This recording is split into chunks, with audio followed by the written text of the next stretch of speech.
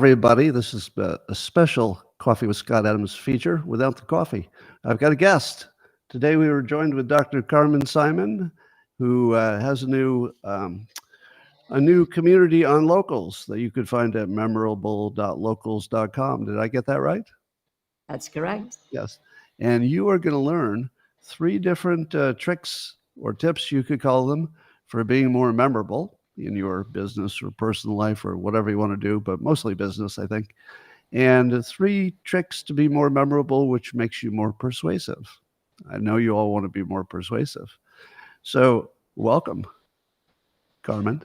Thank you so much, and welcome everyone. It's good to create memories in people's brains because they will act in your favor based on what they remember, not on what they forget. So thank you so much for inviting me. Now, the sun has shifted a little bit, so you disappeared in the glare of sun. So if you can move a little bit. Oh, there you go. There we perfect. go. Now, part of the excitement is I'm using the Rumble Studio, where I'm going to try to go to 3 different pieces of content and split screens. And so there's a little bit of experimenting going on. We did a little practice. This should work. So why don't you cue up the first trick and maybe tie it to something that's happening in the world so people can see how relevant it is? When I created the Memorable Locals platform, I was looking to find the intersection between what's going on in the world, like you're mentioning, and also brain science that helps us become memorable and persuasive.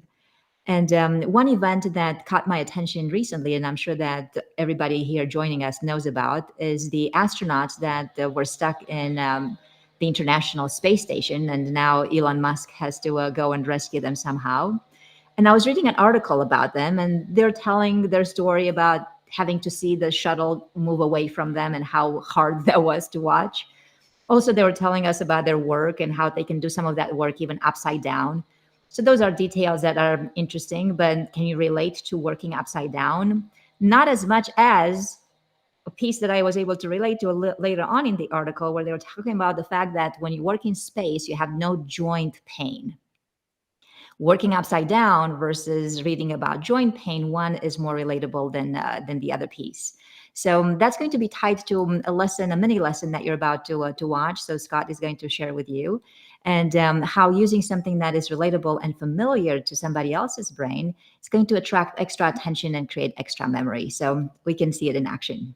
All right, we're gonna try to go to the brief little clip that shows you that. All right, so if I do everything right, in a moment, you're going to see that play.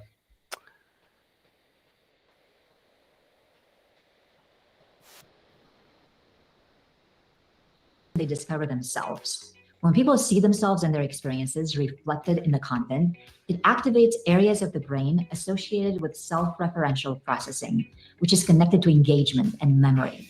To make this happen, avoid space travel, skydiving, or mountain metaphors. They are cliche, and more importantly, they are not relatable. In this example, the design is decent, but few people can relate to it because only a few people actually get to travel to space, so the metaphor is too abstract. Instead, choose metaphors or examples of a concrete, relatable experience. The after version shows a universal experience. It's a simple move and a metaphor for testing new waters or starting new ventures. So consider grounding your metaphors in common scenarios. This is helpful because the brain processes familiar scenarios quickly and easily, and your audience is likely to associate familiar scenarios with personal memories and emotions. After all, what do you relate to better? Thrill-seeking, parachute jumping, peak climbing adventures? Or navigating a backyard pool without incident? All right, so that reminds me very much of a humor trick, which is if you're doing a story about, if you're telling a joke, let's say you're a stand-up comedian, if you tried to tell a joke about, all right, imagine going up to the space station and you're weightless, and people are going to be like, but if you said, all right, you know how when you're commuting and there's always that guy who cuts you off and you're like, oh yeah, I know that.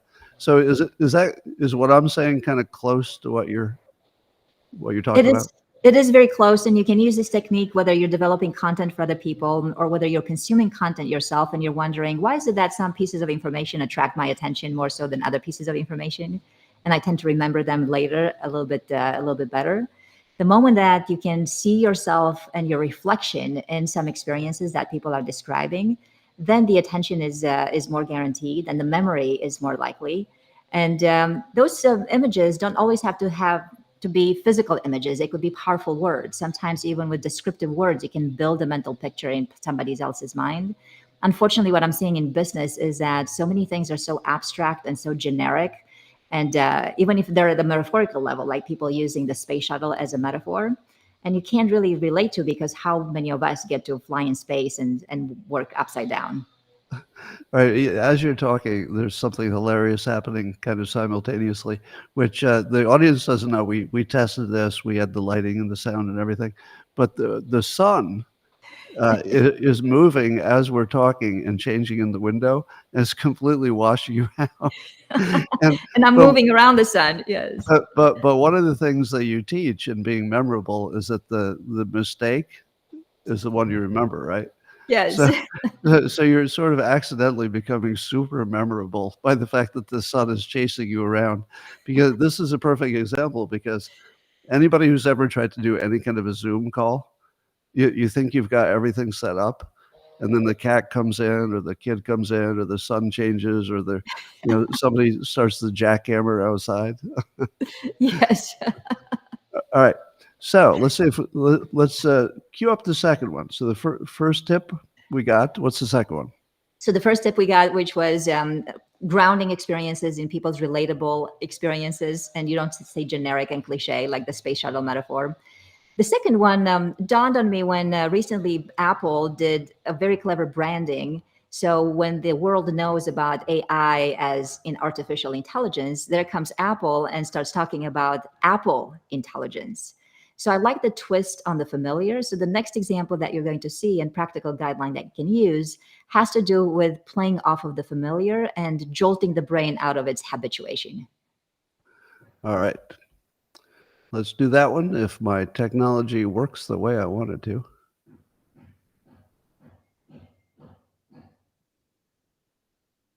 Ideas or services really are. This slide works for several reasons. Here's one. The image takes advantage of predictive coding. You see, the brain continuously generates predictions about sensory input and corrects errors when reality doesn't match expectations. This slide disrupts the brain's predictions with an unexpected image. The prediction error forces the audience to pay closer attention to the message. Since the detail on the slide invites correcting prediction errors, the brain is extra vigilant for a moment, and you will get extra attention to the next slide too. So, can you break a pattern that the brain has learned to predict in your next presentation? All right. So summarize that one. I like that one because it's building off of the apple in terms of the image as well. But if you were able to notice the bit up pear instead of the bit up apple, that's where the slight element of surprise appears. And surprise, biologically speaking, is always bad for the brain. And why is that? Because the brain is built to have a predictive function. We always want to know what happens next. We may not always be accurate, but the coding is in there. We want to code the prediction. And when there is an error, we will remember that moment, because what is a surprise but a failure to predict what happens next? Obviously, through a sequence, if you create some content on your own, you can't afford that many surprises, because you don't want the brain to spend extra energy on processing everything as if it's a little bit jolty. But every so often, if you use these moments, they can be small but very potent in terms of attracting attention and creating a memory trace. So would you say that simply making somebody stop and think about a thing is what's causing it to be more memorable? So hypnotists always talk about repetition is what Mhm. is persuasive. And if I see something that's spelled wrong, or it's just not the ordinary way you say the thing, I'll read Mhm. the sentence, then I'll read that again, and I'll think, huh, that's not ordinary. Then I'll read it again, then I'll think about it, and then I'll read it again, and then I just remember it forever.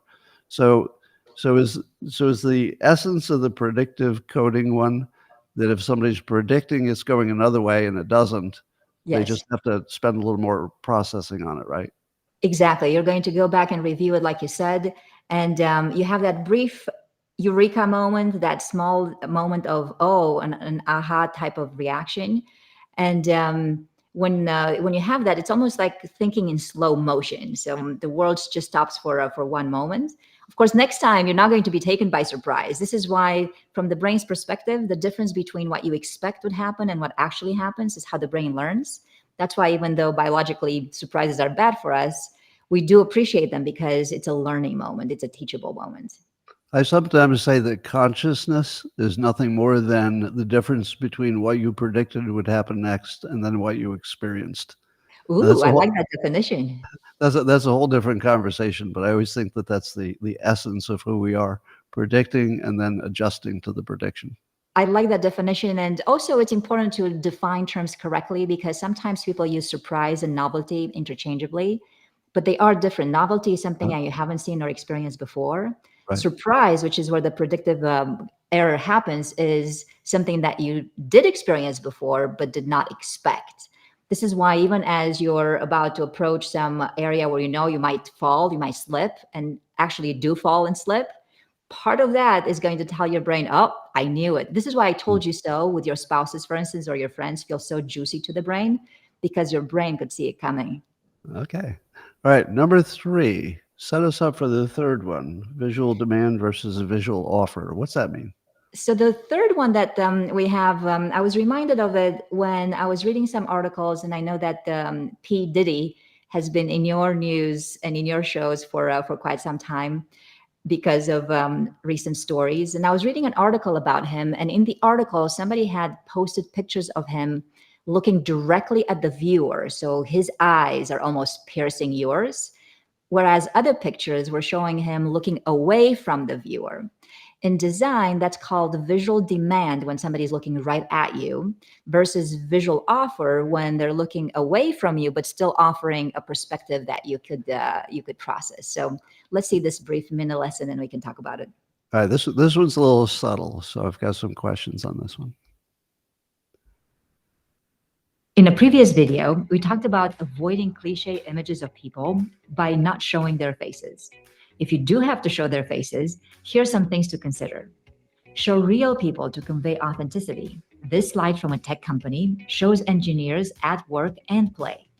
Another example from a biotech company combines superhero bodies with real faces from an engineering team. When you don't have photos of real people and need to use stock photos, you have a choice. You can show people looking directly at the viewer, creating a visual demand. This type of image asks you to create a relationship with the subject. In contrast, when you show a person looking away, you create a visual offer. This image allows the viewer to observe without needing to engage directly.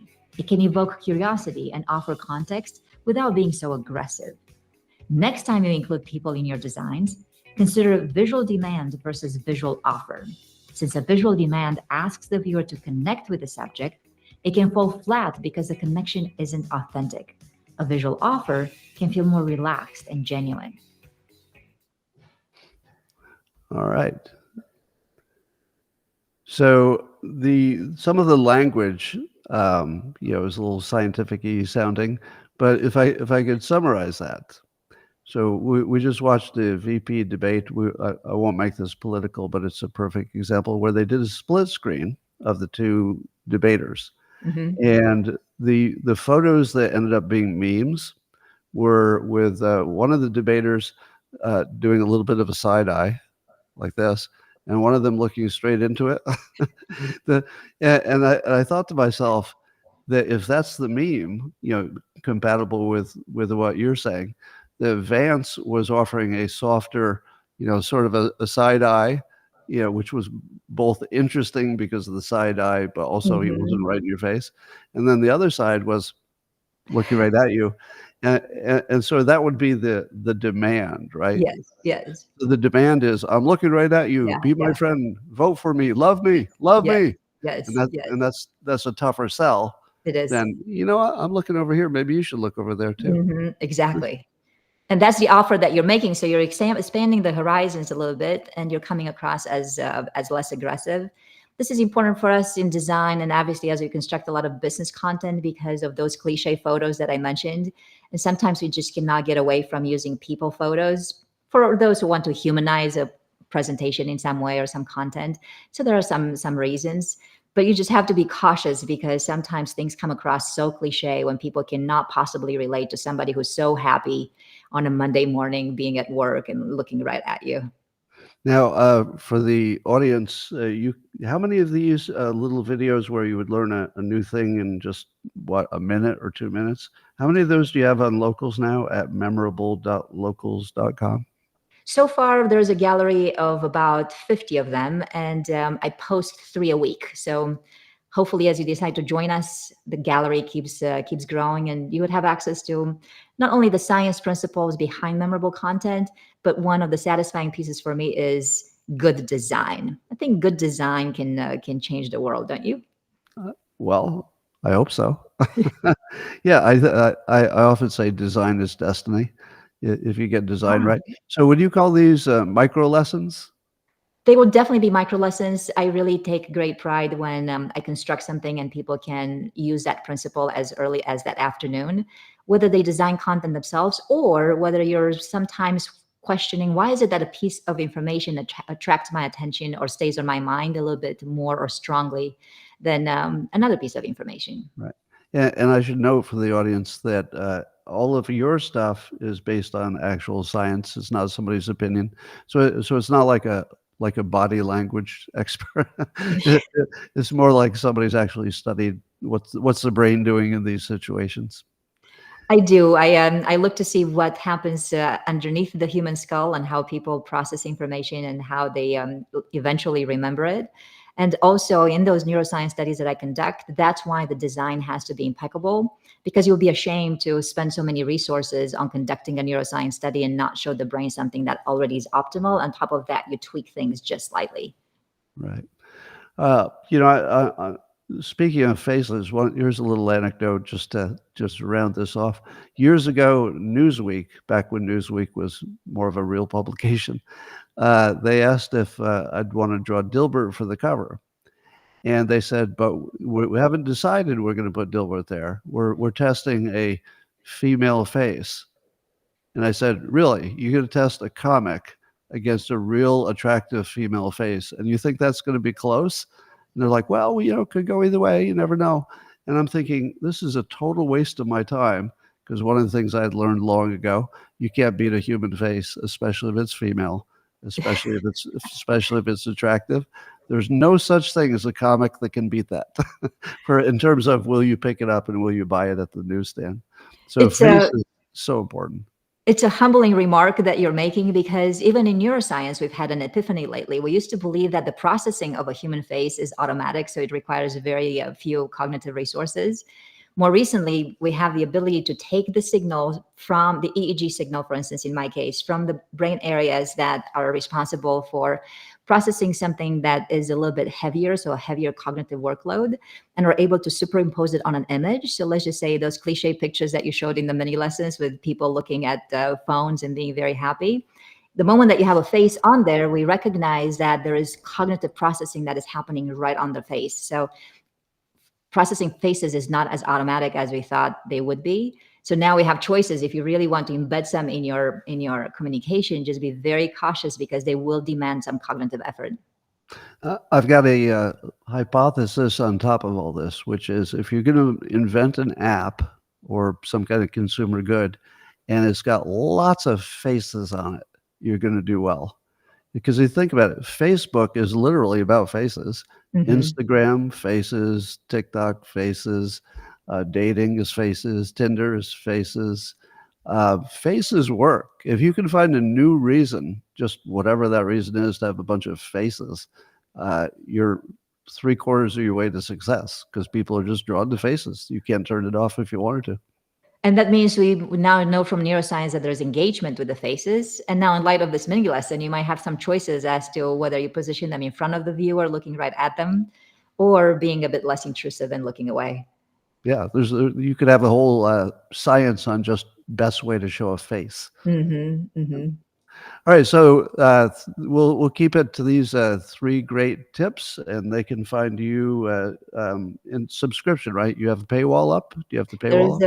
There's the paywall up. So there's the $7 a month, but hopefully that's a small price for big guidelines that can make a difference. And if you've got an employer, it would be the cheapest amount of money you could ever spend to turn your employee into a superpower. There's going to be a lot of tips in there.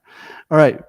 Dr. Carmen Simon, they can find you at memorable.locals.com. Is there anything else you want to mention? You've got a new book out. There is the book, which is called Made You Look. It works in concordance with the mini lessons that are part of the Memorable Locals platform. And it's also a book that has a visceral experiences. I'm really enjoying things that are tactile. And as you browse through the pages, you'll be reminded not only of some of these guidelines, but also ground your experience in something that is physical, which also helps with attention and memory. All right. And let me ask the audience, are you more likely to remember this because the lighting problems that we had and the continual adjustments? And the answer is yes, you are. And there's another thing you just learned. All right. Thanks for joining, and we'll have you back, and appreciate you taking the time. Thank you, Thank you so Carmen. much. Thank All right. you. Bye-bye. Bye.